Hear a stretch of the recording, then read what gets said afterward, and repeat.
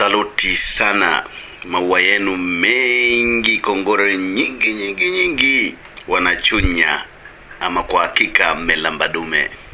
Yani kama ni mchezo ule wa kamari tunaouita gudugudu au kolokolo ama keusi na kekundu, basi mmepiga bao.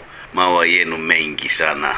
Ninasema kongore zenu nyingi kwa kuwachagua madiwani majembe ambao wanakomalia ajenda hadi kieleweke. Ukiingia katika baraza la madiwani la halmashauri ya wilaya ya Chunya ni kwa moto. Ikiibuliwa ajenda ama hoja au swali, basi mwanafamilia utacheki kinavyoumana. Sema mkurugenzi naye yupo fiti kwa kuzijibu hoja, na kama ambavyo wanasemaga kwamba ni mkurugenzi wa viwango wa kasi spidi, mkurugenzi wa nguvu, kama alivyosema mwanamke wa nguvu, diwani wa viti maalumu kata ya Bwawani katika mamlaka ya mji mdogo wa Makongorosi wilaya ya Chunya mkoani Mbeya, Mheshimiwa sana Sofia Mwanauta, kuwa mkurugenzi ni jembe la nguvu, pamoja na mwenyekiti wake wa halmashauri ya wilaya ya Chunya Mheshimiwa Kelvin Nshishi. Uzi huu hapa, cheki kinavyoumana. Hii ngoma bwana, kama ni mwandishi wa habari upo na kamera yako, hauwezi kubanduka nayo, bali unabakia hapo hapo ukizoom in na kuzoom out. Si unacheki, sio kwa kispoti. Ni madiwani wa halmashauri ya wilaya ya Chunya wamelikomalia sakata la upigaji sasampa, wengine wanaita maukoto, wengine wanasema mavumba, wapigaji wa zao la tumbaku. Unaambiwa wakulima wa tumbaku uko wilaya ya Chunya hali ni tete, na nisipige story nyingi, hebu nikusogezee uzi huu hapa, ucheki yaliyojiri ndani ya kikao cha kawaida cha baraza la madiwani. Huyu diwani wa kata ya Nkungungu Mheshimiwa Adeni Tajaki ndiye aliyeliamsha dude baada ya mwenyekiti wa kamati ya uchumi, fedha, utawala na mipango, ambaye pia ni makamu mwenyekiti wa halmashauri ya wilaya ya Chunya Mheshimiwa Weston Mpiyila kuwasilisha taarifa ya kamati yake.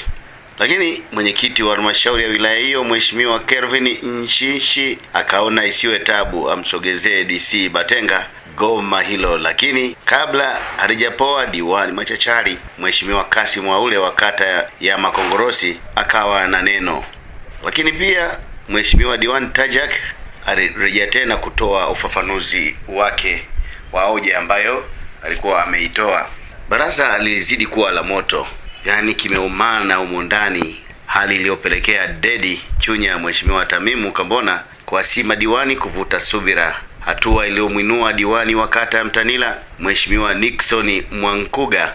Yeye akadai hali sio shwari kwa wakulima wa kata yake. Lakini pia Mheshimiwa Mwankuga alioji huu mchakato upoje huu wa kuwatafuta ama kuwapata wanunuzi wa zao la tumbaku, ni kama haelewelewi hivi. Hata hivyo, mkurugenzi mtendaji Kambona alisema sakata hilo lipo kwa Pilato uko mahakamani na tayari wameshaandikishiana kulipana, kuahidi kwamba italipa Februari, yani Februari mwezi huu tarehe 20.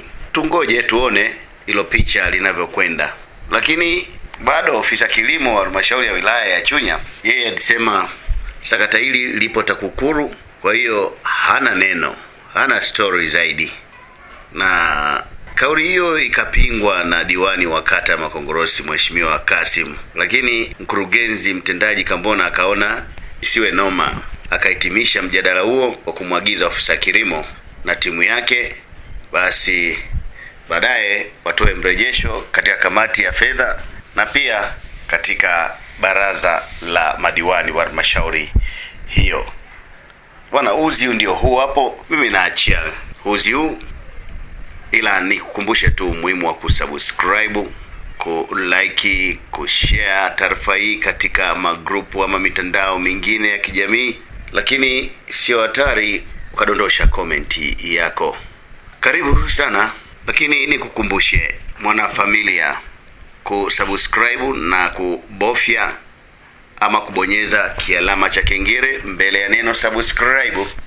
Lakini kama upo tight sana, basi unaweza kupita tu, kwa maana ya kwamba una like alafu unaendelea na ubize wako.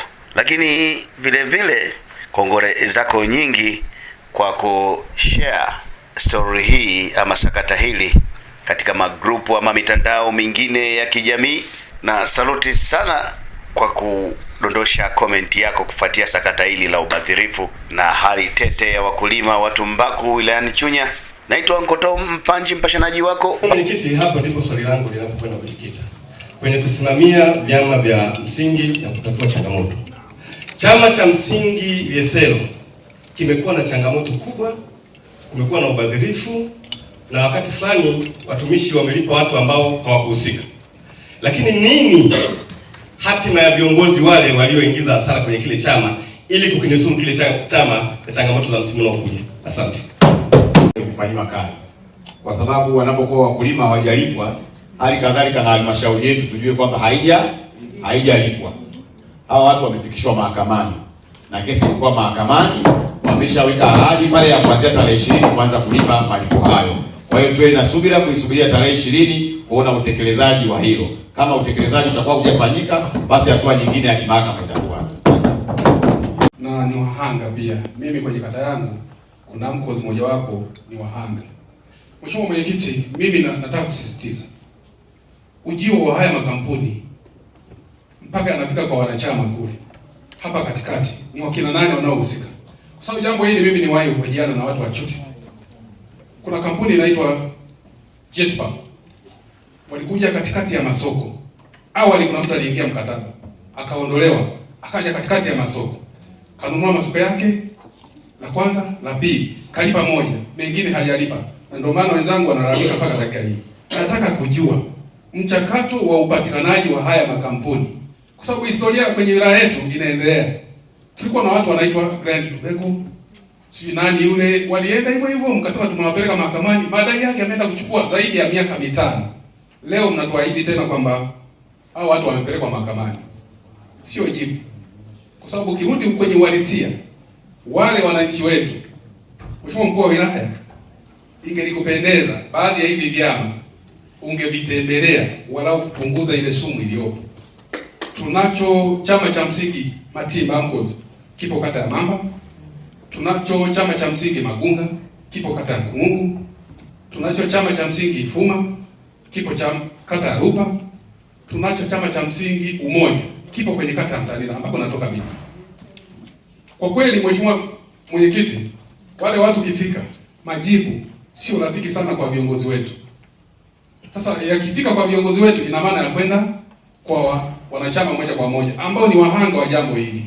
Niombe utaratibu wa upatikanaji wa haya makampuni kuwe na ushirikishwaji rafiki, kwa sababu ukienda mpaka kuna malalamiko ya ndani kwa ndani kwamba baadhi ya viongozi wamehusika kutuletea kampuni hili na mwisho wa siku limetuhujumu.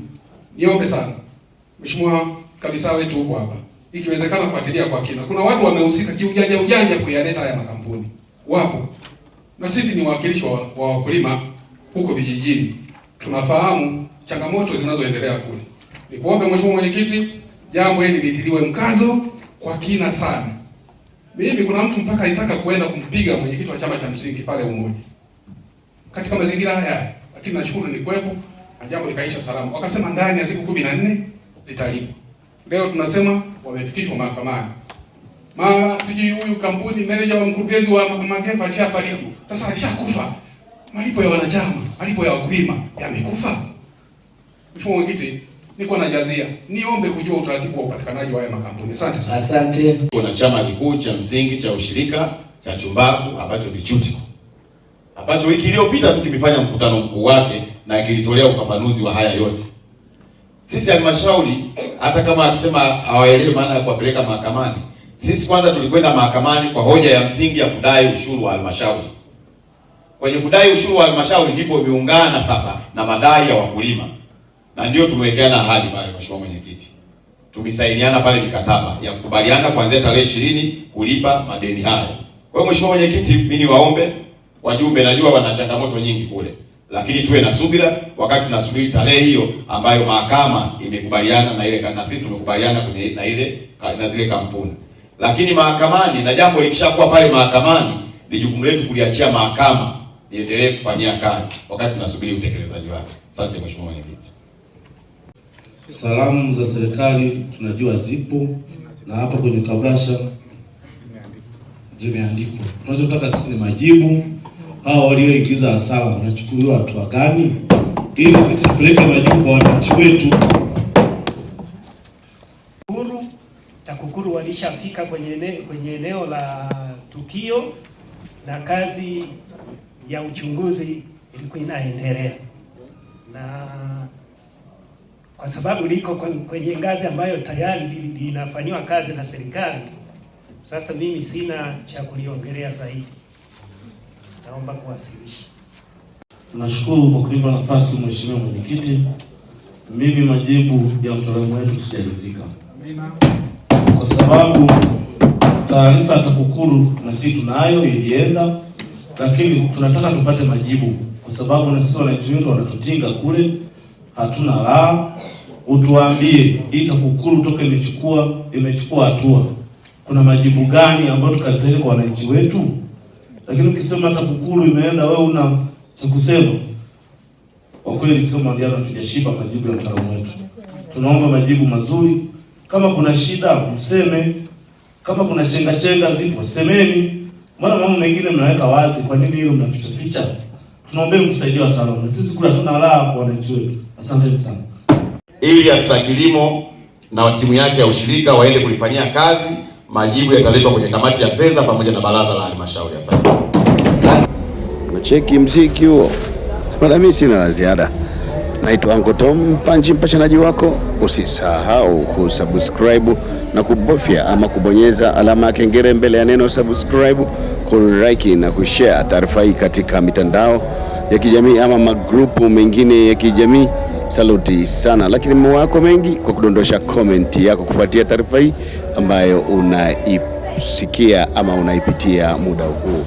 Bye bye.